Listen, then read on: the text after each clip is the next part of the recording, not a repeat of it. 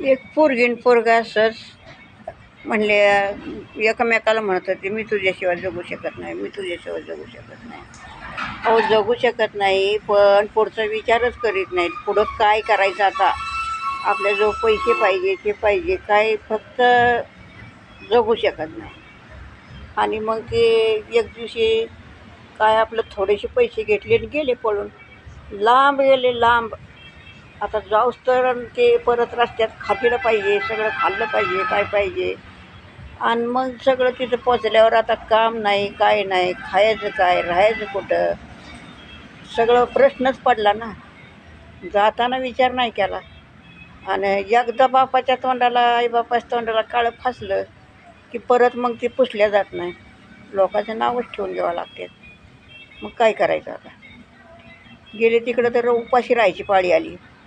काम बी नाही हाताला, काहीच नाही. मग ती म्हणले, आपण बापाला फोन करूया.